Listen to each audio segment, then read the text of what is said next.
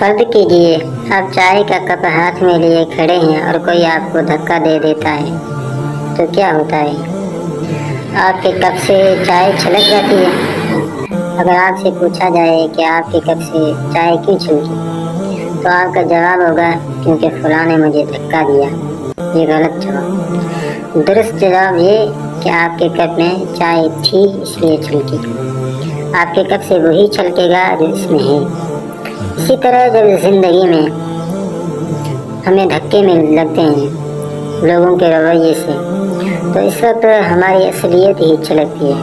آپ کا اصل اس وقت تک سامنے نہیں آتا جب تک آپ کو دھکا نہ لگے۔ تو دیکھنا یہ ہے کہ جب آپ کو دھکا لگا تو کیا چھلکا؟ صبر، خاموشی، شکر گزاری، رواداری، سکون، انسانیت، وقار، یا غصہ، کڑواہٹ، جنون، حسد، نفرت، حقارت؟ چن لیجیے ہمیں اپنے کردار کو کس چیز سے بھرنا ہے، فیصلہ ہمارے اختیار میں۔ ہماری بدقسمتی یہ ہے کہ ہمیں اللہ سبحانہ و تعالیٰ کا صحیح سے تعارف نہیں کروایا گیا۔ ہمیں بتایا ہی نہیں گیا کہ آخر وہ کون ہے، کیسے ہیں، کہاں ہیں، ان سے بات کیسی منوانی جائے، ان سے ہمارا تعلق کیا ہے۔ یہ بھی باتیں ہیں جو ہمیں معلوم ہو جائیں تو ہماری زندگیاں بدل جائیں، ہمیں زندگی کا مقصد مل جائے، ہماری بے چینیاں ختم ہو جائیں۔ ہمیں یہ بتایا گیا کہ نماز نہ پڑھنے پہ اللہ تعالیٰ سزا دیں گے۔ ہمیں یہ نہیں بتایا گیا کہ نماز نہ پڑھنے پہ اللہ ناراض ہو جائیں گے، اور اللہ تعالیٰ ناراض ہو گئے تو پھر دنیا میں رہ ہی کیا گیا۔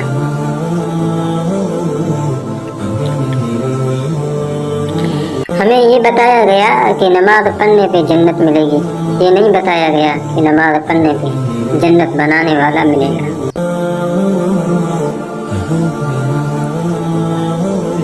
ہم اللہ تعالیٰ کو چھوڑ کے اپنے آپ کو لوگوں کے پیچھے ذلیل کرتے ہیں،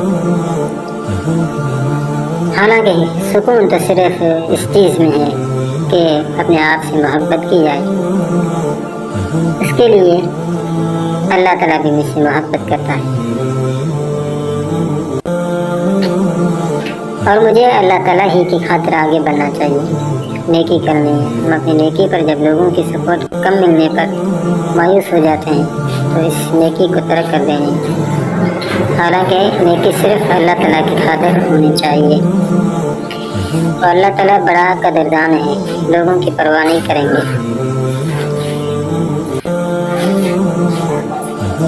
لوگوں کے حقوق دیں، ضرور دیں، لیکن ان سے بدلے میں کچھ چائے بغیر صرف اللہ تعالیٰ کی خاطر دیتے جائیں۔